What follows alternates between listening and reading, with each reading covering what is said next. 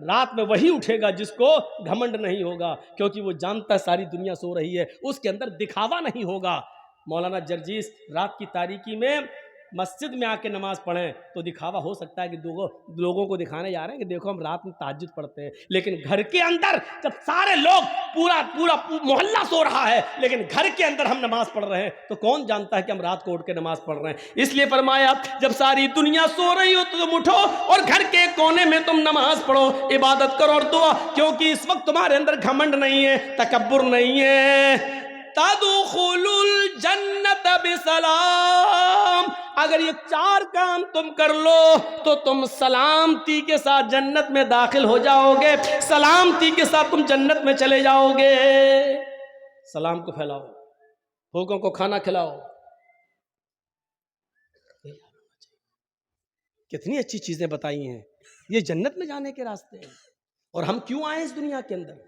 اسی کھوئے ہوئے مقام کو، جس مقام سے ہمارے باپ آدم اور حوا کو نکالا گیا، اس مقام کو دوبارہ پانے کے لیے اللہ نے یہاں بھیجا ہے۔ اب غلطی یہاں مت کرنا، تمہارے باپ آدم جنت میں شیطان کی بات مان چکے ہیں، ادھر بھی شیطان تمہارا پیچھا کرے گا، اب ادھر تم اس کی باتوں کو ریجیکٹ کر کے، اس کی باتوں کو اپنے پیروں سے روند کر قرآن و حدیث کی بات پر عمل کر کے اس کھوئے ہوئے مقام کو دوبارہ پالو، اس لیے ہمیں بھیجا گیا ہے۔ اور آپ سے بہت ہی مؤدبانہ گزارش، جلسوں کے اندر میلوں کو بند کریے۔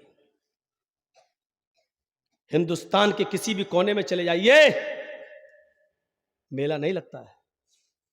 ہم یو پی میں جلسے کرتے ہیں، کسی جلسے میں میلہ نہیں لگتا ہے۔ ہم آندھرا میں جاتے ہیں، میلہ نہیں لگتا ہے۔ ہم تلنگانہ میں جاتے ہیں، میلے نہیں لگتے ہیں۔ کشمیر جاتے ہیں، میلے نہیں لگتے ہیں۔ پنجاب جاتے ہیں، ہریانہ جاتے ہیں، راجستھان جاتے ہیں، میلہ نہیں لگتا ہے۔ صرف بہار کے چند علاقوں میں اور بنگال میں تو بنگال میں تو کہیں دیکھتے ہی نہیں کہ میلہ نہ لگتا ہو۔ صرف آپ ہی نہیں، اور میلوں میں جتنا ننگا ناچ ہوتا ہے وہ میرے بھائیوں بیان کرنے کے لائق نہیں۔ جس طریقے سے جوان لڑکیوں کی بھیڑ ہوتی ہے یہ بیان کرنے کے لائق نہیں ہے۔ کس منہ سے تم حجاب کے خلاف آندولن کرو گے؟ کس منہ سے کرو گے؟ تم اپنے جلسوں میں جب میلے میں آنے والی اور ان ڈرامے باز جوان لڑکیوں کو ان کی پوشاک اور ان کی لپسٹک اور کریم اور پاؤڈر سے نہیں روک سکتے ہو اور میلے میں ان کے اوپر بین نہیں لگا سکتے ہو تو حجاب کیا قائم کروا پاؤ گے آپ؟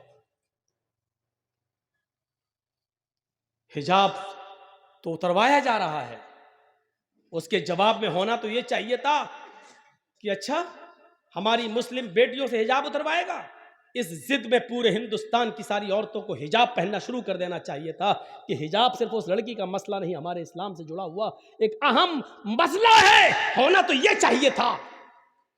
صرف جلوس نکال لینے سے حق ادا نہیں ہو جائے گا، ٹی وی پر ڈیبیٹ ہو جانے سے حق ادا نہیں ہو جائے گا۔ بہت ہی معذرت کے ساتھ کہنا پڑتا ہے، دیکھیے ابھی کچھ دیر پہلے کیا حال تھا اسی روڈ کا، لڑکوں سے زیادہ لڑکیاں دکھائی دے رہی تھیں،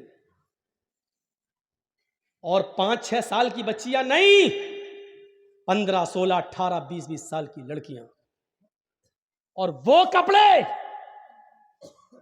اللہ کی قسم، پھر سن لو، اللہ کی قسم، جو کپڑے پہنے ہوئے تھیں کسی بھی قیمت پر ان کپڑوں کو تہذیب کے کپڑے نہیں کہا جا سکتا ہے، کسی بھی قیمت پر ان کپڑوں کو شرم و حیا کے کپڑے نہیں کہا جا سکتا ہے، بے شرمی اور بے حیائی کے کپڑے پہنے ہوئے تھے۔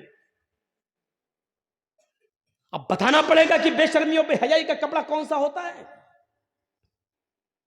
بند کریے میلوں کو، اور اگر آپ میلہ بند نہیں کر سکتے ہیں اور میلہ بھی کریں اور جلسہ بھی، تو یہ سوچ کے اٹھیے گا کہ آپ کو اس جلسے کا کوئی ثواب نہیں ملے گا، کیونکہ حدیث کے الفاظ ہیں جو برائی تم اپنی ہاتھ سے روک سکتے ہو تو پہلے اس کو روکو۔ میلہ تم روکنے کی طاقت رکھتے ہو، جب جلسہ کروانے کی طاقت رکھتے ہو تو میلہ روکنے کی بھی طاقت رکھتے ہو، یہ ہاتھ سے کرنے کی طاقت ہے۔ اور جب ہاتھ سے روکنے کی طاقت نہ ہو تو زبان سے منع کرو، بھائی ایسا مت کرو، اور جب زبان سے بھی طاقت نہ ہو تو دل سے برا جانو، خود نہ جاؤ، ہٹو، چلو، ہاتھ سے روکو۔ حضرت عمر فاروق کے زمانے میں ایک آدمی ٹخنے سے نیچے لنگی پہنتا ہوا، پیجامہ پہنتے ہوئے جا رہا تھا، لنگی سے نیچے، وہ ٹخنے سے نیچے جا رہا ہے۔ حضرت عمر فاروق کی نظر اس کے اوپر پڑ گئی، وہ آگے آگے جا رہا، پوچھتے احائز انتا؟ اس نے پیچھے مڑ کے دیکھا، حضرت عمر کس سے کہہ رہے ہیں؟ احائز انتا کا مطلب جانتے ہیں؟ حضرت عمر نے کہا اسے، تجھے پیریڈ آ رہا ہے کیا؟ عورتوں کو جو مہینے میں کچھ دن، مخصوص دن جو ان کو گزرنا پڑتا ہے ایم سی سے، ان کو کچھ دن، 4-5 دن جو ان کو بلڈ آتا ہے، اس مہینے کو، اس کو کہتے ہیں پیریڈ، مہینہ۔ تو حضرت عمر نے اس سے کہا، احائز انتا، کیا تجھے پیریڈ آ رہا ہے، مہینہ آ رہا ہے؟ وہ پیچھے مڑ کے دیکھتا ہے، کس کو کہہ رہے ہیں اللہ کے حضرت عمر؟ تو کہا کہ جی کس کو کہہ رہے ہیں؟ کہا تم سے کہہ رہا ہوں۔ مجھ سے؟ ہنستے ہوئے وہ کہتا مجھ سے؟ کہ ہاں۔ ہنستے ہوئے کہتا امیر المومنین آپ کا دماغ تو صحیح ہے، حل یحیض الرجل، کیا مرد کو بھی مہینہ آتا ہے؟ دیکھیے سوال کیا کیا اس نے، حل یحیض الرجل، کیا مرد کو بھی پیریڈ آتا ہے؟ تو حضرت عمر نے کہا کیا مرد بھی ٹخنے سے نیچے پیجامہ پہنتا ہے؟ یعنی ٹخنے سے نیچے کپڑا پہننے کا حکم تو اللہ کے رسول نے عورتوں کو دیا ہے، نیچے اتنا نیچا کپڑا ہو، اتنی نیچی شلوار ہو، اتنی نیچی ساڑی ہو کہ زمین کی مٹی کو چھلتے ہوئے جائے، زمین کی مٹی سے چپک کر جائے، زمین پر لٹکتی ہوئی جائے، اس کی چپل بھی نظر نہیں آنی چاہیے، یہ ہے عورت کا پردہ۔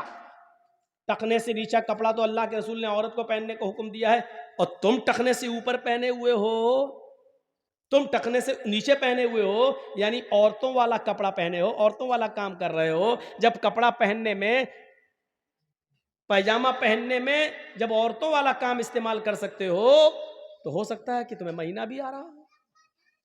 جیب سکین، چھری لاؤ، اور چھری سے اس کا پیجامہ کاٹ دیا۔ اس نے کہا امیر المومنین میں گھر پہ چھوٹا کر لوں گا۔ کہا نہیں، اس کا پیجامہ وہیں سے کاٹ دیا اور کہا کہ سنو، اللہ کے نبی نے فرمایا جب کوئی برائی اپنی آنکھ سے دیکھو تو اپنے ہاتھ سے دور کرو، میرے اندر ہاتھ سے دور کرنے کی طاقت تھی۔ کون ہے اس کا ذمہ دار؟ کون کرے گا؟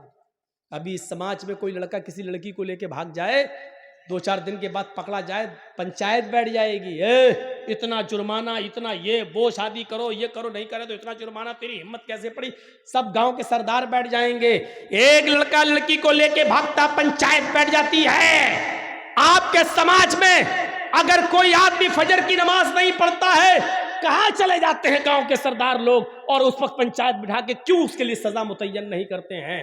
بتائیے، آپ کے سماج میں کوئی آدمی شراب پی کے گھر پہ آ جاتا ہے، سماج کا سردار کیا کرتا ہے؟ میٹنگ نہیں بلاتا ہے، اس پر ایکشن نہیں لیتا ہے۔ اگر لڑکا لڑکی کو لے کے بھاگ جائے، اس کی میٹنگیں ہو سکتی ہیں، اس کے اوپر جرمانہ متعین ہو سکتا ہے، تو مجھے بتاؤ کہ پھر آپ کے سماج میں کوئی فجر کی نماز نہ پڑھے، ظہر کی نماز نہ پڑھے، اس کے لیے کوئی سزا متعین کیوں نہیں کی جاتی ہے؟ مطلب یہ ہے کہ جو آپ جن کاموں پر سزا متعین کریں گے اور جو آپ کو اچھا لگے گا وہ آپ کریں گے، شریعت کے مطابق آپ کو نہیں چلنا ہے۔ آپ جس کی چاہیں گے اس کی پنچایت بٹھائیں گے، اور جو گناہ ہیں اور جن گناہوں کی نہیں چاہیں گے ان گناہوں کی یہ آپ کی مرضی پر نہیں چلے گی۔ میرے بھائیو اسلام کے نہیں چلے گی۔ اندازہ لگائیے اور غور کیجئے، اللہ کے نبی صلی اللہ علیہ وسلم فرماتے ہیں مَن یضمن لی بین لحییہ ورجلیہ اضمن لہ الجنہ، جو مجھے ان 2 چیزوں کی ضمانت دے دے، جو مجھے ان 2 چیزوں کی گارنٹی دے دے، میں اس کو جنت کی گارنٹی دیتا ہوں۔ کون سی ہیں وہ 2 چیزیں؟ بین لحییہ، دونوں یہ جو داڑھی کے جو دونوں کنارے ہیں، گال، منہ، ان کے بیچ میں زبان، جو مجھے دونوں جوڑوں کے بیچ کی چیز یعنی زبان کی ضمانت دے دے، میں اس سے کبھی غلط نہیں بولوں گا، جھوٹ نہیں بولوں گا، چوری نہیں، جھوٹ نہیں بولوں گا، غیبت نہیں کروں گا، کسی کی برائی نہیں کروں گا، جب بھی بولوں گا سچ بولوں گا، اس کو کبھی برے چیزوں میں استعمال نہیں کروں گا. وہ بین رجلئی، اور اپنے دونوں پیروں کے بیچ، دونوں ٹانگوں کے بیچ، یعنی شرمگاہ کی حفاظت دے دے. ہم اس کو کبھی غلط کام میں استعمال نہیں کریں گے. جو ان دو چیزوں کی ضمانت مجھے دے دے، ازمن لہ الجنہ، محمد رسول اللہ فرماتے ہیں میں اس کو ضمانت دیتا ہوں جنت کی. میں اس کو ضمانت دیتا ہوں کہ یہ جنت کے اندر جائے گا، یہ جنت کے اندر داخل ہوگا، یہ جنت کے اندر جائے گا. میں اس کو جنت میں جانے کی ضمانت دیتا ہوں، یہ جنت کے اندر جائے گا. یہ زبان سے جو غیبت چغلی ہوتی ہے یہ بہت بری چیز ہوتی ہے. اللہ کے نبی مسجد میں نماز پڑھا رہے ہیں، سلام پھیرا، السلام علیکم ورحمت اللہ، السلام علیکم ورحمت اللہ. نماز پڑھانے کے بعد جب آپ نے چہرہ مقتدیوں کی طرف کیا تو کیا دیکھا کہ ایک صحابی اٹھ کے جا رہے ہیں، نام ہے ان کا ابو سعید خدری. سلام، انہوں نے بھی نماز پڑھ لی، وہ جا رہے ہیں. جب وہ دروازے پر پہنچ گئے مسجد کے تو اللہ کے نبی نے فرمایا جس نے جنتی آدمی نہ دیکھا ہو وہ دیکھ لے، یہ جنتی آدمی جا رہا ہے. دنیا میں جنتی، جس کو جنتی دیکھنا ہو دیکھ لے، یہ جنتی جا رہے ہیں. صحابہ نے پیچھے مڑ کے دیکھا، وہ ابو سعید خدری ہیں. دوسرے دن آپ نے پھر نماز پڑھائی، جب سلام پھیرا ابو سعید خدری پھر اٹھ کے جانے لگے تو اللہ کے نبی نے کہا جس نے جنتی نہ دیکھا ہو وہ دیکھ لے، یہ جنتی جا رہا ہے. صحابہ نے پھر پیچھے مڑ کے دیکھا تو وہی ابو سعید خدری ہیں. تیسرے دن آپ نے پھر فرمایا جس نے جنتی نہ دیکھا وہ دیکھ لے، یہ جنتی صحابی ہے، یہ جنتی آدمی جا رہا ہے. اللہ کے نبی صلی اللہ علیہ وسلم نے جب جس کو جنتی کہا تو صحابہ نے پھر پیچھے مڑ کے دیکھا، کون ہے یہ؟ وہی ابو سعید خدری. تو حضرت عبداللہ ابن عمر کو تجسس ہوا کہ یہ کیا کرتے ہیں جن کو بار بار جنتی کہہ رہے ہیں اللہ کے نبی. جتنا عمل ہم کرتے ہیں اتنا عمل یہ بھی کرتے ہیں، لیکن ان کو تینوں دن جنتی کیوں کہا؟ تو ہو سکتا ہے کہ مسجد میں باہر کوئی کام نہ کرتے ہوں، ہو سکتا ہے گھر میں کوئی کام کر رہے ہوں. تو یہ ان کے گھر پہنچ گئے. ابو سعید خدری نے کہا آئیے، کیسے آنا ہوا؟ کہا میرے ابو سے لڑائی ہو گئی ہے میری، کچھ 2-3 دن میں تمہارے یہاں رہنا چاہتا ہوں، ان کا غصہ ٹھنڈا ہو جائے گا میں چلا جاؤں گا. کہا اچھا ٹھیک ہے آؤ، کوئی بات نہیں. ماں باپ سے نہیں لڑنا چاہیے، ویسے تم آ جاؤ، میرے مہمان ہو. ان کو کیا معلوم یہ کس لیے آئے. انہوں نے کمرہ دے دیا ان کو. اب وہ عبداللہ ابن عمر ان کے وہ دیکھ رہے ہیں کہ گھر میں یہ کون سا عمل کرتے ہیں. لیکن 3 دن رکنے کے بعد، 3 رات رکنے کے بعد عبداللہ ابن عمر کہتے ہیں کہ میرے سامنے تو کوئی ایسا عمل آیا نہیں کہ جو ہم سے زیادہ ہو. گھر میں بھی یہ اتنا ہی کرتے جتنا ہم اپنے گھر میں کرتے ہیں، یعنی جتنی نماز یہ اپنے گھر میں پڑھتے اتنا ہم بھی اپنے گھر میں پڑھتے ہیں. تو تیسرے دن جب یہ وہاں سے جانے لگے تو کہنے لگے اے ابو سعید خدری، میرے باپ ہم سے ناراض نہیں ہے، میری ماں بھی مجھ سے ناراض نہیں ہے، بلکہ میں تو ایک چیز کا پتہ لگانے کے لیے آیا تھا. کہا کیا پتہ لگانے کے لیے آئے تھے؟ کہا یہ دیکھنا چاہ رہا تھا کہ 3 دن آپ نے نماز پڑھی اور تینوں دن جب آپ مسجد کے دروازے پہ آئے تو اللہ کے نبی نے فرمایا جس نے جنتی نہ دیکھا وہ دیکھ لے. تو تینوں دن آپ ہی رہے. میں نے سوچا کہ پتہ نہیں ہو سکتا گھر میں کوئی عمل کرتے ہوں، لیکن میں نے دیکھا کہ آپ کے عمل ہمارے عمل سے زیادہ نہیں ہیں. جتنا ہم گھر میں کرتے ہیں اتنا آپ کرتے ہیں، جتنا ہم باہر کرتے ہیں اتنا آپ بھی کرتے ہیں. لیکن جنت میں آپ جا رہے ہیں اور کسی کو اللہ کے رسول نہیں کہہ رہے ہیں، صرف آپ سے کہہ رہے ہیں، کیا معاملہ ہے؟ ابو سعید خدری کہتے ہیں یہ تو میں نہیں جانتا، لیکن شاید ایک وجہ ہو. کہا کیا؟ میں مسجد میں بھی فضول میں نہیں بیٹھتا، بیکار نہیں بیٹھتا. دیکھ رہے ہیں، میں مسجد کے اندر بھی فالتو نہیں بیٹھتا. جیسی ہی نماز ختم ہوتی ہے السلام علیکم ورحمت اللہ، السلام علیکم ورحمت اللہ، میں فوراً نماز پڑھ کے، فرض نماز پڑھ کے گھر آ جاتا ہوں. سنتیں اور نوافل میں گھر میں پڑھتا ہوں. میری یہ خوبی یہ ہوگی کہ اب تک جب سے میں نے نمازیں پڑھنا شروع کی اور اسلام لایا ہوں، میں نے اب تک نہ تو اپنی زبان سے کسی کی برائی کی ہے اور نہ ہی میرے کانوں نے آج تک کسی کی برائی سنی ہے. حضرت عمر کہتے ہیں، عبداللہ ابن عمر کہتے ہیں شاید یہی وجہ ہو. وہ اللہ کے نبی کے پاس آئے، کہا اللہ کے نبی ابو سعید خدری نے مجھے یہ بتایا ہے، کیا یہ سچ ہے؟ فرمایا میں نہیں چاہتا تھا کہ ابو سعید خدری کی نیکی تمہیں بتاؤں، وہ راز میں تھی، راز میں رہنے دیتا، لیکن تم ان کے گھر جا کر معلوم کر آئے ہو. ہاں آئے لوگوں، انہوں نے آج تک کسی کی غیبت نہیں کی، انہوں نے آج تک اپنی زبان سے کسی کی برائی نہیں کی، اور آج تک ان کے کانوں نے کسی کی برائی نہیں سنی ہے۔ یہی نیکی ہے کہ اللہ نے ان کو جنتی بنا دیا، اور میں نے ان کو جنتی کہہ دیا، یہ جنتی آدمی ہیں۔ اس حدیث کی روشنی میں ہم لوگ اپنا گریبان کے بٹن کھول کے جھانکیں کہ کتنے جنتی ہیں۔ ابھی یہاں سے جاتے جاتے اور گھر تک پہنچتے پہنچتے بھی کسی نہ کسی کی برائی کر ہی دیں گے۔ اور اس معاملے میں ہمارے دائیں بائیں جو بیٹھی ہوئی ہیں حجنے چودرانہ، یہ محلے کی عورتیں نا، یہ تو اماں ہے باتوں کی، ان کو تو ایوارڈ ملنا چاہیے۔ ایک پیڑ کے نیچے دو عورتیں زور زور سے باتیں کر رہی تھیں، اچانک ایک آم اوپر سے ٹوٹا اور نیچے گرا۔ ایک عورت کہنے لگی یہ اچانک کیسے گر گیا، یہ گرا کیسے؟ دوسری عورت بولنے ہی والی تھی کہ اتنے میں آم خود بول پڑا، تم دونوں کی باتیں سن سن کے ہم پک گئے اس لیے گر گئے۔ یعنی عورتیں اتنا بولتی ہیں کہ آم تک ان کی باتیں سن کے پک جاتے ہیں، یہ چپ رہ ہی نہیں سکتی ہے، ایسا ٹرانزسٹر ایسا ریڈیو ہے اس کا۔ کبھی کبھی آپ دیکھیے اسکول میں بھی جائیں گی سہیلیوں کے ساتھ تو پیچھے بائک والا ہارن ہی مارتا رہے گا، ان کو ہارن نہیں سنائی دے گا باتوں کے آگے۔ جنت اسی لیے فرمایا اللہ کے نبی نے اطلعت فی الجنتی فرأیت اکثر اہلھا الفقراء، بخاری شریف کی حدیث، واطلعت فی النار فرأیت اکثر اہلھا النساء۔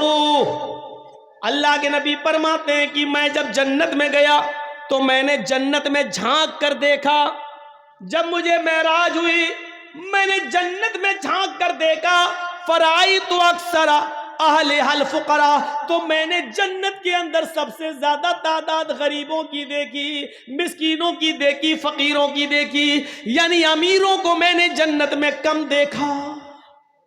یہ آج کے دولت مند اور امیر لوگوں کے لیے بہت بڑی نصیحت ہے یہ حدیث، اللہ کے رسول کہہ رہے ہیں، اور اس حدیث کو کوئی ٹھکرا نہیں سکتا، بخاری کی ہے۔ فرأیت اکثر اہلھا الفقراء، جب میں نے جنت میں جھانک کر دیکھا تو میں نے سب سے زیادہ جب میں نے جنت میں جھانک کر دیکھا تو جنت کے اندر سب سے زیادہ تعداد میں نے فقیروں کی دیکھی، غریبوں کی دیکھی، محتاجوں کی دیکھی، بے بس اور کمزور لوگوں کی دیکھی۔ غریب آدمی کو کیا حساب کتاب دینا، اس کو دولت کا حساب دینا ہی نہیں ہے، اس کے پاس ہے ہی نہیں، اس کو ظلم کا حساب دینا ہی نہیں۔ غریب آدمی وہ دوسرے کے اوپر ظلم کر ہی نہیں سکتا بیچارہ، اس کو کسی کا، اس کو نماز کا، روزے کا، بس دو ہی چیزوں کا حساب دینا ہے۔ زکوٰۃ تو اس کے اوپر فرض تھی ہی نہیں بیچارے کو کہ زکوٰۃ دیتی کہ نہیں، اس کے پاس خود ہی نہیں تھا، وہ دوسروں سے خود زکوٰۃ لیتا تھا، تو اس کو نماز اور روزے کا حساب دینا، بس زکوٰۃ اس کے اوپر تھی نہیں کیونکہ وہ خود غریب ہے، حج اس کے اوپر تھا ہی نہیں کیونکہ حج کا پیسہ ہی نہیں تھا، وہ غریب آدمی۔ اس لیے فرمایا کہ غریب آدمیوں کو جنت میں اس لیے دیکھا کیونکہ وہ ان کا حساب کتاب جلدی ہو گیا، اور وہ بیچارے اپنے حساب کتاب میں پھنسے ہی نہیں کیونکہ زکوٰۃ ان پہ تھی نہیں اور حج ان پہ تھا ہی نہیں، کلمہ پہلے سے پڑھے ہوئے تھے، نماز اور روزے کے حساب میں کامیاب ہو گئے اور ان کو جنت میں داخل کر دیا۔ لیکن امیروں کو میں نے جنت میں کم دیکھا کیونکہ امیر کبھی زکوٰۃ کے معاملے میں پھنس گئے، ڈالو جہنم میں، حج صاحب استطاعت ہے لیکن حج نہیں کیا، ڈالو جہنم کے اندر۔ بہت بڑا گناہ ہے صاحب استطاعت ہو کر بھی حج نہ کرنا، اتنا یاد رکھنا۔ آپ کے پاس استطاعت ہے اور حج کرنے نہیں جا رہے، نہیں صاحب دو بیٹیاں رہ گئی، پہلے ان کی شادی کر دیں تب چلے جائیں گے، اور ان کی شادیوں سے پہلے ہی استطاعت ہے لیکن اس لیے رک گئے ہیں کہ ابھی ایک بیٹی رہ گئی ہے، اس کا پہلا نکاح کر دوں اس کے بعد جائیں، پہلے ذمہ داریوں سے سب گدوش ہو جائیں۔ نہیں، اگر اس حال میں مر گئے اور حج سے پہلے آپ کا انتقال ہو گیا یہ سوچ کر کہ پہلے بیٹی کی شادی کریں گے تو مات علی المجوسیہ، آپ اسلام پر نہیں مریں گے، آپ کی موت مجوسیت پر ہوگی، آگ کے پجاری بن کر مریں گے، آگ کی عبادت کرتے ہوئے مریں گے، یعنی آپ کی موت اسلام پر نہیں ہوگی۔ ذرا غور کیجئے، کس کے پاس نہیں ہوگا 2.5 لاکھ 3 لاکھ روپیہ، 3.5 لاکھ روپیہ اگر ہے، صاحب میں شادی کرنا ہے، یہ شادی اور جہیز یہ سب جھمیلے تو ہم نے خود پالے، شریعت میں تو نہیں ہے کہ اتنا جہیز دو، شریعت میں تو یہ ہے کہ جو دہیج مانگتا ہے وہ انٹرنیشنل بھکاری ہے، آپ دیکھ کیوں رہے ہیں؟ سماج کے اندر بھاگنے والے لڑکے لڑکیوں کی پنچایت بیٹھ جاتی ہے، دہیج کے خلاف پنچایت کیوں نہیں بیٹھتی ہے؟ صاحب ہمارے گاؤں میں کوئی آدمی دہیج دے گا اپنی لڑکی کو تو اس پر بھی ایکشن لیا جائے گا، کوئی آدمی اگر جہیز لے گا تو اس پر بھی ایکشن لیا جائے. کیوں نہیں ہوتی یہ پنچایتیں؟ کیوں نہیں ہوتی پنچایتیں؟ صرف چند چیزوں کی آپ بیٹھکیں کریں گے. ہم نے کسی کو مارا، آپ سردار صاحب فیصلہ کریں گے گاؤں کے، کیوں مارا؟ چلو تم اس کو مارو یا اتنا پینالٹی دو. لڑکا دہیج مانگ رہا ہے، ہم موٹر سائیکل دے رہے ہیں، اس لڑکے کی اور دینے والے آدمی کی جس نے اپنی بیٹی کو جہیز میں شادی میں بائک دی ہے، موٹر سائیکل دی، ان کی پنچایت کیوں نہیں بیٹھتی ہے؟ بیٹھنا چاہیے. اطلعت فی الجنت فرأیت اکثر اہلها الفقراء، میں نے جنت میں جب جھانک کر دیکھا تو مجھے اکثر فقیر، غریب، بے بس، مجبور لوگ نظر آئے. جنت کے اندر غریبوں کی تعداد ہم نے زیادہ دیکھی، امیروں کی تعداد ہم نے کم دیکھی. اب دوسرا ٹکڑا، واطلعت فی النار، ہم نے جہنم میں جب جھانک کر دیکھا. ابھی تو جنت ہو گئی. اللہ کے نبی فرماتے واطلعت فی النار، جب ہم نے جہنم میں جھانک کر دیکھا، فرأیت اکثر اہلها النساء، تو جہنم میں جلنے والیوں میں نے سب سے زیادہ عورتوں کو دیکھا. جہنم میں سب سے زیادہ میں نے عورتوں کی تعداد دیکھی. جلسوں میں بھی میلہ دیکھنے آؤ گی تو کیا ہوگا؟ جلسوں میں بھی ہاف ہاف آستینوں کے کپڑے پہن کر آؤ گی تو کیا ہوگا؟ جلسوں میں بھی لپسٹک کو کریم لگا کر اور عطر لگا کے آؤ گی تو کیا ہوگا؟ المرأۃ اذا استعطرت فمرت بالمجلس، عطر تو بہت بڑی چیز ہو گئی، خوشبودار کوئی بھی چیز لگا لے، چاہے تیل ہی کیوں نہ ہو. جس عورت نے تیل، خوشبودار کوئی چیز اپنے جسم پر لگا لی، بالوں میں خوشبودار تیل ہی کیوں نہ لگا لیا، ڈابر آنولا ہی کیوں نہ لگا لیا جس سے خوشبو آتی ہے، اتنا سا تیل سر میں خوشبودار کوئی چیز لگا لی، فمرت بالمجلس، اور وہ نکل جائے سڑک پر، نکل جائے روڈ پر، نکل جائے مجلس میں، لوگوں کے بیٹھنے کی جگہ یا لوگوں کے چائے پینے کی جگہ یا میلے ٹھیلے یا بازار میں جہاں مرد بیٹھے ہوں اس راستے سے نکل جائے. اللہ کے نبی فرماتے فمرت بالمجلس فہی کذا وکذا الزانیۃ والزانیۃ الزانیۃ. اللہ کے نبی فرماتے ہیں بس گزر جائے، خوشبودار کوئی چیز لگا کر نکل جائے، فمرت بالمجلس، گزر جائے، فہی کذا وکذا، وہ ایسی ہے، وہ ایسی ہے. پھر آپ نے خود ہی بتا دیا آنی الزانیۃ الزانیۃ الزانیۃ، وہ بد چلن ہے، وہ بد چلن ہے، وہ بد چلن ہے، وہ بے حیا ہے، وہ بے حیا ہے، وہ بے حیا ہے. گزر جانے والی بے حیا ہے، بات نہیں کرے، سلام نہ کرے، کچھ نہ کرے، صرف چلی جائے تو بے حیا ہے، اور بیٹھ جائے بات کرے، سامان خریدے، لڑکوں سے بھی بات کرے. وہ کون ہوئی؟ چلو یہ آپ کے سوچنے کے لیے چھوڑ دیتا ہوں. ہم بولیں گے تو آپ شاید کل ہمیں بیٹھنے بھی دو، اتنا برا بولتا ہے ہماری ماں بہن بیٹیوں کو. ہم نہیں بولیں گے. آپ سوچو جب گزرنے والی یہ ہو گئی تو بات کرنے والی، چونچ چلانے والی، لڑکوں کے ساتھ گھومنے والی کون ہوئی؟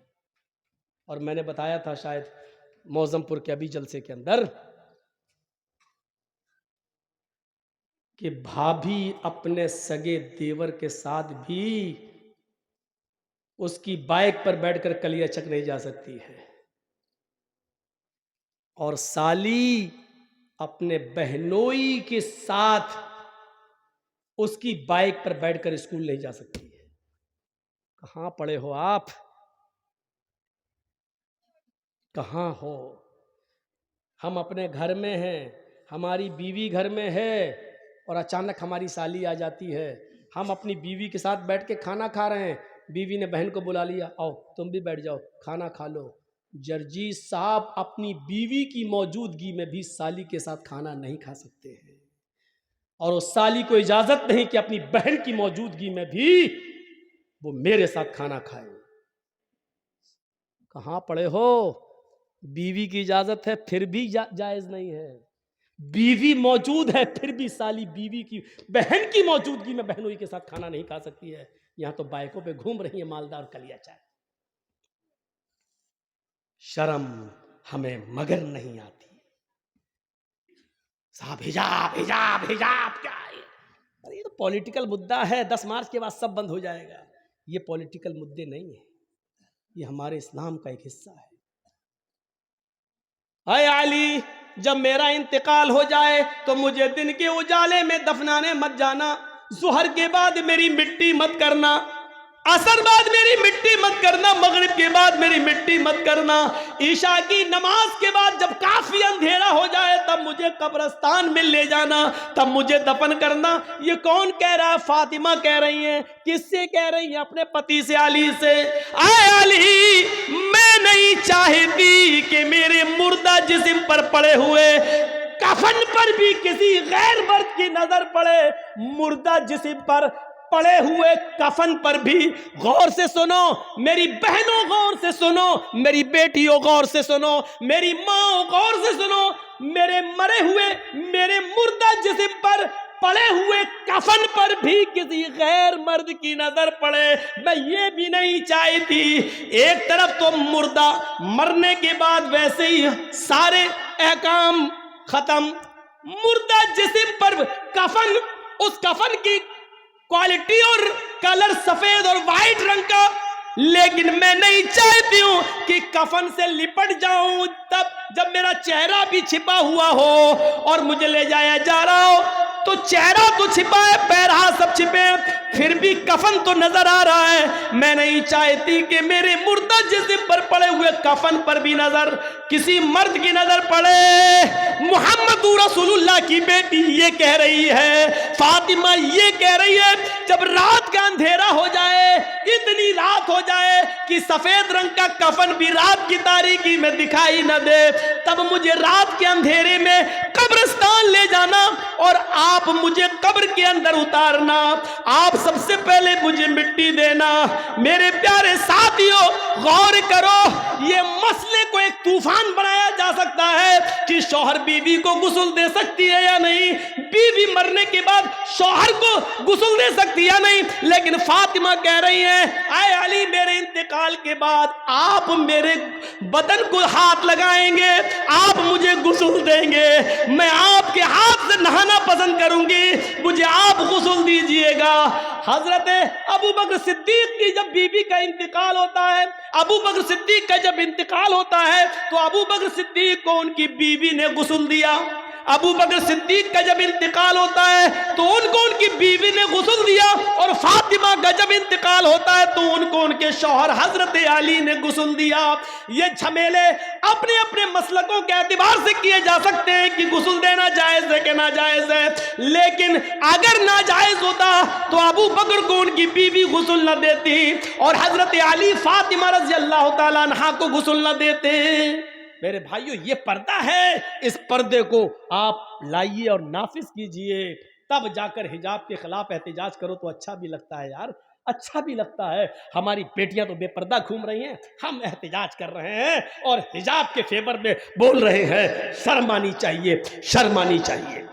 ایسے ہی وہ چھوٹے چھوٹے بچے 2 سال 3 سال 5 سال کے یا پیدا ہوتے ہی جو مر گئے, ماں باپ کو بڑا دکھ ہوتا ہے. 4 لڑکیوں کے بعد ایک بیٹا ملا اور وہ بھی 2 سال کی عمر میں چلا گیا, 3 سال کی عمر میں چلا گیا, 4 سال کی عمر میں چلا گیا. قیامت کے دن جنہوں نے اپنے بچوں کے انتقال پر صبر کیا ہوگا, انا للہ و انا الیہ راجعون, اور واویلا مچا کر نہیں روئے ہوں گے, نہ ماں نہ باپ, ایسے بچے قیامت کے دن اپنے ماں باپ کو جنت میں لے جائیں گے. لہو صغارہم دعامیس الجنہ, جن بچوں کی روحیں نکل جاتی ہیں وہ روحیں جنت کے اندر بے روک و ٹوک گھومتی رہتی ہیں, جہاں چاہتی جاتی آتی رہتی ہیں. قیامت کے دن جب حساب و کتاب ہوگا تو اللہ تعالیٰ ان بچوں کے ماں باپ کو, جن کے ماں باپ نے گناہ کیے ہوں گے, ان کو جہنم میں جانے کا فرمان صادر کر دے گا, جاؤ ان کو جہنم میں پھینک دو. جب ان کو جہنم میں لے جایا جا رہا ہوگا تو اللہ کی طرف سے ایک آواز آئے گی، غیب سے ایک ندا آئے گی، اے فرشتوں ابھی ان لوگوں کو روک لو۔ فرشتے روک دیں گے۔ دنیا میں ہم نے ان لوگوں سے ان کے بچے چھینے تھے، چھوٹے چھوٹے، وہ جنت کے اندر گھوم رہے ہیں۔ اے فرشتوں ان کو جہنم میں ڈالنے سے پہلے ان کو ان کے بچوں سے ملوا دو، جاؤ جنت سے ان کو بچوں کو لے آؤ۔ ان کو تو جنت میں لے نہیں جا سکتا کیونکہ یہ گناہگار ہیں، بچوں ہی کو لاؤ اور ان سے ملوا دو۔ فرشتے جائیں گے اور ان چھوٹے چھوٹے معصوم بچوں کو، 2 سال کے، 3 سال کے، 4 سال کے، 5 6 سال 10 سال تک کے بچوں کو وہ فرشتے لے کر آئیں گے جن کو دنیا میں لے لیا گیا ہے، چھین لیا گیا، انتقال ہو گیا تھا۔ ان بچوں کو لا کر ان کے ماں باپ سے ملوایا جائے گا۔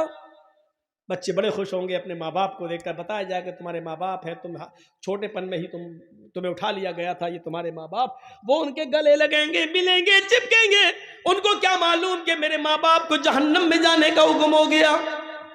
تھوڑی دیر کے بعد آواز آئے گی، اے فرشتوں ملنے کا ٹائم ختم ہو چکا ہے، ان بچوں کو جنت میں لے جاؤ اور ان کے ماں باپ کو جہنم کے اندر پھینک دو۔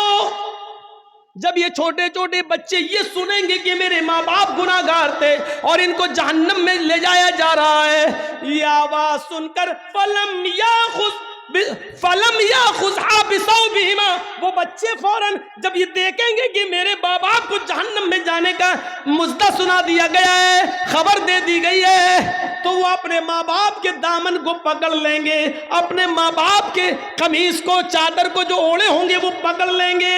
فلم یاخذھا، پھر وہ اس کو نہیں چھوڑیں گے، فلم یاخذھا، نہیں چھوڑیں گے، اس کو پکڑ لیں گے، بناحیۃ ثوبہا، کس کے، فلم یاخذ، پھر اس کو الگ نہیں ہوں گے، اس سے نہیں چھوڑیں گے۔ فرشتے کہیں گے ارے چھوڑو چھوڑو، کیا کر رہے ہو؟ نہیں چھوڑیں گے۔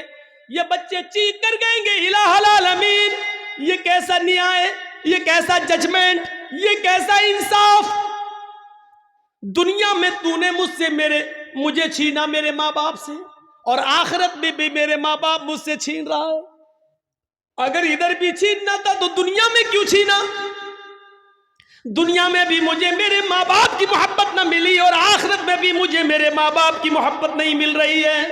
اللہ دنیا میں بھی ہم اپنے ماں باپ سے دور رہے اور آخرت میں بھی تو مجھے میرے ماں باپ سے دور کر رہا ہے۔ نہیں اے اللہ، دنیا میں مجھے ماں باپ کا پیار نہ ملا، کم سے کم ہمارے ساتھ ہمیں آخرت میں تو میرے ماں باپ کا پیار دے دے، اور جب تجھے چھیننا ہی تھا تو ملوایا کیوں؟ یہ تھوڑی دیر کی ملاقات نے محبت کا ایک سمندر ہمارے دلوں میں پیدا کر دیا ہے۔ اے اللہ میں اپنے ماں باپ کے دامن کو نہیں چھوڑوں گا۔ اللہ رب العالمین کی غیرت جوش میں آئے گی، پکار کر کہے گا اے فرشتوں میں نے ان معصوم بچوں کی آرزو پوری کر دی، میں نے ان کی تمنا پوری کر دی، میں نے ان کی خواہش پوری کر دی، جاؤ آئے چھوٹے چھوٹے بچوں اپنے ماں باپ کی انگلی پکڑو اور ان کو جنت کے اندر لے جاؤ، جاؤ میں نے تمہاری وجہ سے تمہارے ماں باپ کو معاف کر دیا ہے، ان کی مغفرت کر دی ہے، جاؤ اے بچوں ان کی انگلی پکڑو اور تم خود اپنے ماں باپ کو جنت میں لے جاؤ۔ یہ سنتے ہی وہ بچے اپنے ماں باپ سے چپک جائیں گے اور وہ بچے اپنے ماں باپ کو پکڑ کر ان کی انگلی ان کو جنت کے اندر لے جائیں گے۔ تو چھوٹے چھوٹے بچے اپنے ماں باپ کو جنت میں لے جانے کا ذریعہ ہیں اگر ان کا انتقال ہو جائے اور ماں باپ نے ان کے انتقال پر صبر کیا ہو تو۔ آج یہ بتا رہا ہوں جنتی کون، اور کل نماز کے ٹاپک پر اذان کیوں دی جاتی ہے کل یہ بتاؤں گا، ظہر میں 4 رکعت کیوں ہے کل یہ بتاؤں گا، فجر میں 2 رکعت کیوں پڑھی جاتی ہے یہ بتاؤں گا، مغرب میں 3 رکعت کیوں پڑھی جاتی ہے یہ بتاؤں گا، مغرب اور عشاء کی اور فجر کی نماز میں زور سے کیوں پڑھا جاتا ہے، امام زور سے تلاوت کیوں کرتا ہے، ظہر میں اور عصر میں آدمی آہستہ کیوں پڑھتا ہے کل یہ بتاؤں گا۔ کل کی تقریر تھوڑی دوسرے حساب کی ہوگی نمازی پر، لیکن یہ بتایا جائے گا کہ زور سے قرأت کیوں کی جاتی ہے اور آہستہ کیوں کی جاتی ہے، ظہر میں 4 کیوں ہیں اور عصر میں 4 کیوں ہیں اور عشاء میں 4 کیوں ہیں، اور فجر جو سب سے اہم نماز ہے جس میں اٹھنا مشکل ہے اس میں 2 ہی کیوں ہیں۔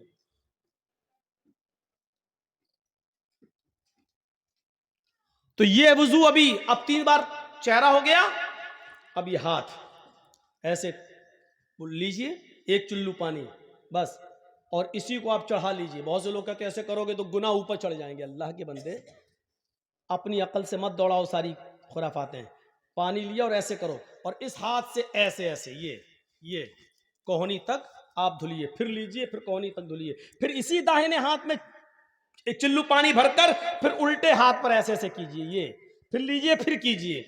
اور اس کے بعد میں ایک بار پانی لیا چلو میں، ایک ہی چلو پانی، پھر لے کر پھر آپ کو ایسے کر کے یہ ایسے کر کے یہ کرنا ہے. سنیے، مسا یہاں تک لائیے جہاں پر سر پر تکیہ رکھتے ہیں آپ، یہ یہاں تک، جس کو ہم لوگ گدی بولتے ہیں، یہاں تک لائیے ہاتھ، بالکل ایسے ہی. اور اس کو پوری طریقے سے، بہت سے لوگ کیا کرتے ہیں جو ہپی کٹ بال رکھتے ہیں، جو شاہ رخ خان بنے ہوئے ہیں، ارے ہم کیا ان کے نام لیں، جو ہجڑے بنے ہوئے ہیں، یہ کہوں یہ زیادہ بہتر ہے.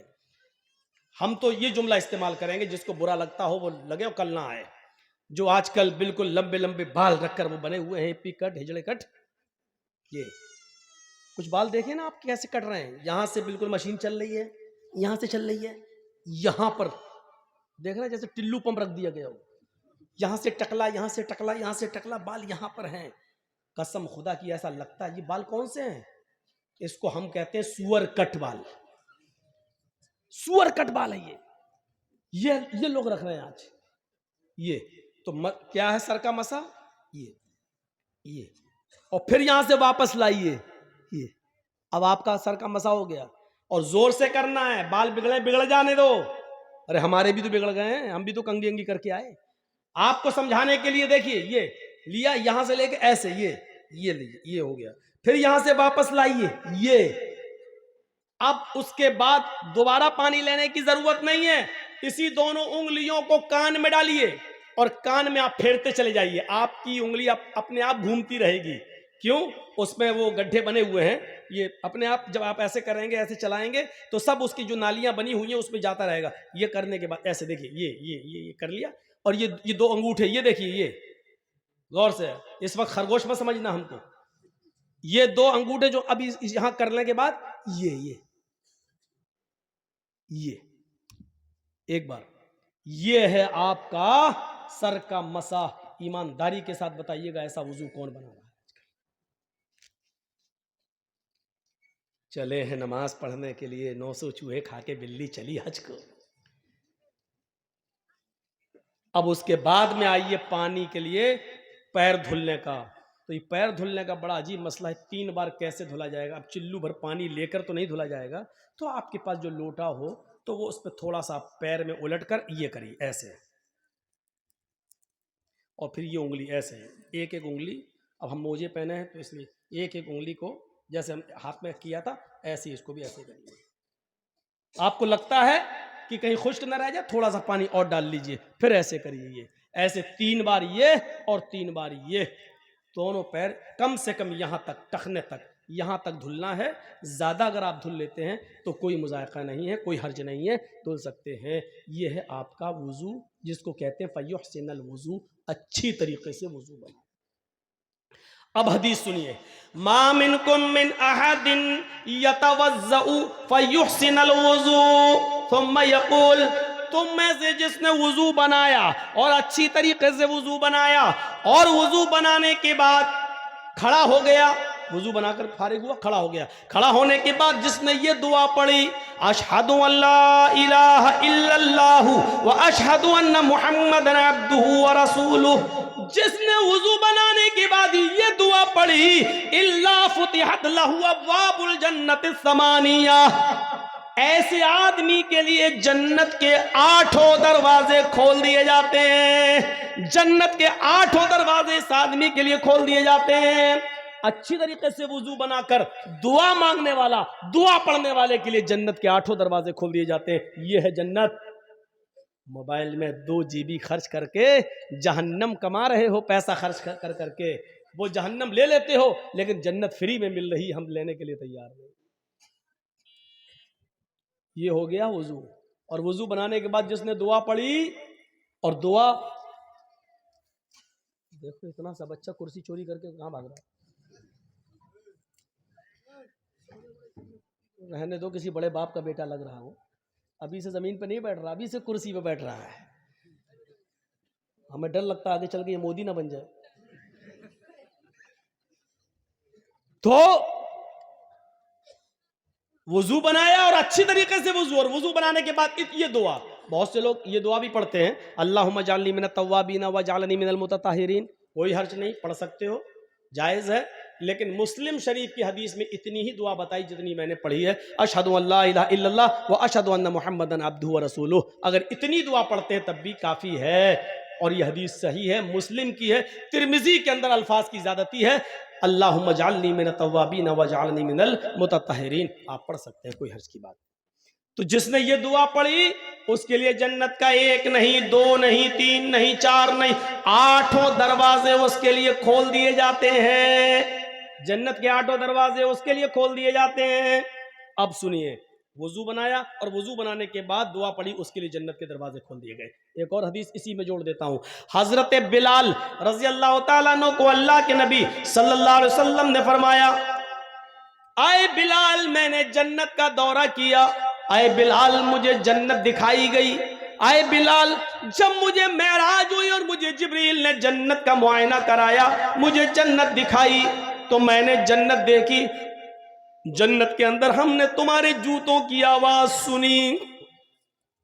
اے بلال جنت کے اندر میں نے تمہارے جوتوں کی آواز سنی، تم ایسا کون سا عمل کرتے ہو جس عمل کی وجہ سے میں نے جنت کے اندر تمہارے جوتوں کی آواز سنی. یعنی اللہ نے مجھے پیش کی، یہ بتا دیا ہے، مجھے اللہ نے پہلے ہی سے یہ باخبر کر دیا ہے کہ میں بلال کو جنت دے کر رہوں گا.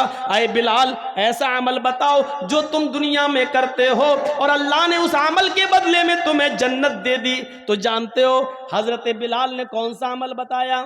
کہا اللہ کے رسول ویسے تو میں نہیں جانتا کہ کوئی عمل میرا زیادہ ہو، جو سب کرتے ہیں وہ میں بھی کرتا ہوں، جتنا سب کرتے ہیں اتنا میں بھی کرتا ہوں، لیکن ایک عمل شاید ہے جو میں اوروں کو کرتے ہوئے نہیں دیکھتا.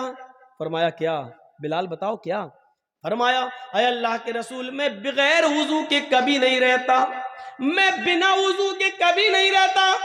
اے اللہ کے رسول جب بھی میرا وضو ٹوٹتا ہے، جب بھی میں پیشاب و پائخانے سے فارغ ہوتا ہوں، جب بھی میں سو کر اٹھتا ہوں، یا جب بھی میرا کسی اور وجہ سے وضو ٹوٹ جاتا ہے، کسی اور وجہ سے وضو ٹوٹ جاتا ہے، تو اے اللہ کے نبی پھر میں فوراً وضو بنا لیتا ہوں، اور جب بھی میں وضو بناتا ہوں تو میں 2 4 6 8 رکعت جتنی اللہ مجھے طاقت دیتا ہے میں ضرور پڑھ لیتا ہوں. یعنی میں وضو بنا کر 2 4 نفل نماز تحیت الوضو میں ضرور ادا کر لیتا ہوں. پہلی چیز میں بنا وضو کے نہیں رہتا، جب بھی میرا وضو ٹوٹ جاتا ہے میں فوراً دوبارہ وضو بنا لیتا ہوں، اور جب بھی میں وضو بناتا ہوں تو میں 2 رکعت کم سے کم تحیت الوضو ضرور پڑھ لیتا ہوں. اللہ کے نبی نے کہا بس بس بس اے بلال یہی تیرا وہ عمل ہے جو تجھے جنت کے اندر لے گیا. پتہ چلا کہ باوضو رہنا اور جب بھی وضو بنایا جائے اس کے بعد 2 رکعت نفل پڑھ لینا، یہ بھی جنت میں جانے والا ایک راستہ ہے. ہم آئے ہی ہیں اس دنیا میں جنت کمانے کے لیے، ورنہ جو عمل کر کے نہیں مرتا وہ گولیوں سے مر جاتا ہے. دیکھ لو کل پھر مرڈر ہوا رات میں 3 بجے. 20 سال سے سب سے زیادہ تقریریں میری قتل پر وہی معظم پور، ہاڑو چک اور نارائن پور والے علاقے میں ہوتی ہے، قتل پر.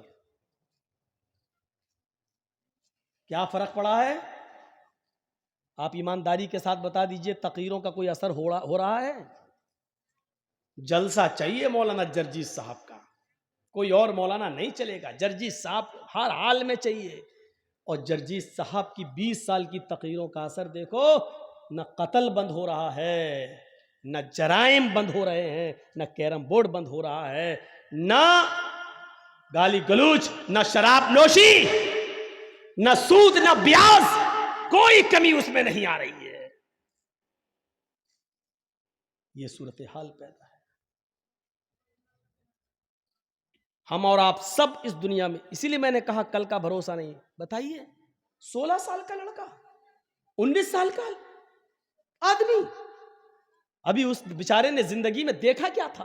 میں نہیں جانتا ہوں کہ وہ اچھا تھا یا برا.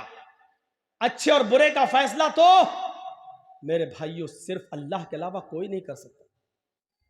اور یاد کرو اس جنگ کو جس میں ایک کافر کئی مسلمان صحابہ کو قتل کر چکا ہے، اور جب ایک صحابی اس کے پاس پہنچ گئے اور اس کو مارنے کے لیے تلوار اٹھائی، کیونکہ وہ کئی لوگوں کو مار چکا تھا، جب صحابی نے اس کے پیٹ میں تلوار مارنا چاہی، موقع اچھا تھا، تو اس نے فوراً تلوار پھینک دی اور کہنے لگا اشہد ان لا الہ الا اللہ و اشہد ان محمدن عبدہ و رسولہ. دیکھو میں نے تلوار پھینک دی، کلمہ پڑھ لیا، اب مجھے مت مارو، میں مسلمان ہوں، میں صحابی، میں اسلام لا چکا ہوں.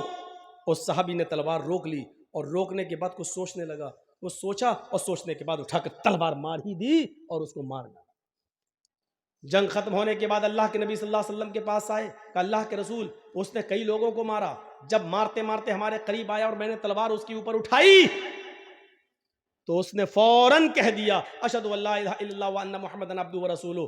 اس نے تلوار پھینک دی تھی، کہنے لگا کہ میں اسلام لے آیا، مجھے مت مارو، میں نے روک لیا تلوار. لیکن اس کے بعد پھر میں نے تلوار مار دی، کیونکہ میں نے جان لیا تھا کہ وہ موت کے ڈر سے کہہ رہا ہے. اس نے دیکھ لیا کہ تلوار میرے ہاتھ میں، وہ موت سے بچنے کے لیے کلمہ پڑھ رہا ہے. اللہ کے نبی صلی اللہ علیہ وسلم نے فرمایا لما قتلتا لما قتلہ، تم نے اس کو لما قتلتہ، تم نے اس کو قتل کیوں کیا؟ جب اس نے کلمہ پڑھ لیا تھا تو تم نے اس کو قتل کیوں کیا؟ اس صحابی نے جواب دیا اے اللہ کے نبی، وہ موت کے ڈر سے کلمہ پڑھ رہا تھا. اس نے جب دیکھ لیا کہ میرے ہاتھ میں تلوار ہے اور یہ آدمی مجھے بالکل مارنے کے در پہ ہے، تب اس نے موت سے بچنے کے لیے کلمہ پڑھ لیا، اس لیے میں نے اس کو مار دیا. فرمایا اشققت قلبہ، اس نے موت کے ڈر سے کلمہ پڑھا یا اللہ کے ڈر سے کلمہ پڑھا؟ یہ تجھے کیسے پتا چلا؟ کیا تو نے اس کے دل کو چیر کر دیکھ لیا تھا؟ کیا تو اس کے دل میں گھسا ہوا تھا؟ تجھے کیسے پتا چلا کہ اس نے موت کے ڈر سے پڑھا ہے یا اللہ کے ڈر سے؟ کل قیامت کے دن تو اس کلمے کو کیا جواب دے گا؟ کل قیامت کے دن یہ کلمہ جب آئے گا لا الہ الا اللہ محمد رسول اللہ، جب اس کی زبان سے یہ کلمہ نکلتے ہوئے آئے گا تو اس کلمے کو کل کیا جواب دے گا؟ قیامت کے دن تو اس کلمے کو کیا جواب دے گا؟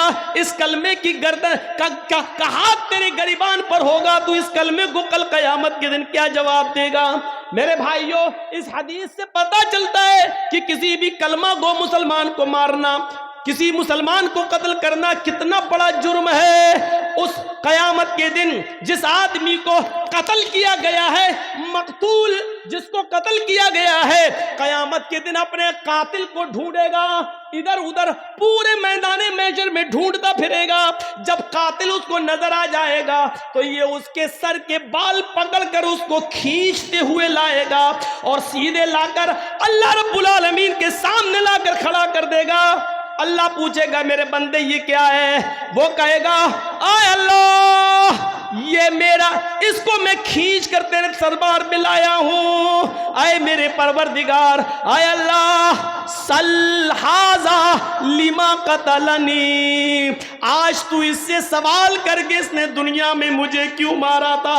آج اس سے تو سوال کر اس نے دنیا میں مجھے کیوں قتل کیا تھا؟ آج اس سے تو پوچھ اس نے دنیا میں مجھے کیوں قتل کیا تھا؟ مجھے قتل کرنے کے بعد میری بیوی کو بیوہ کیا تھا، میرے بچوں کو یتیم کیا تھا. اس سے پوچھ کہ میری بیوی کا کیا قصور تھا جو تو نے اس کو بیوہ کر دیا؟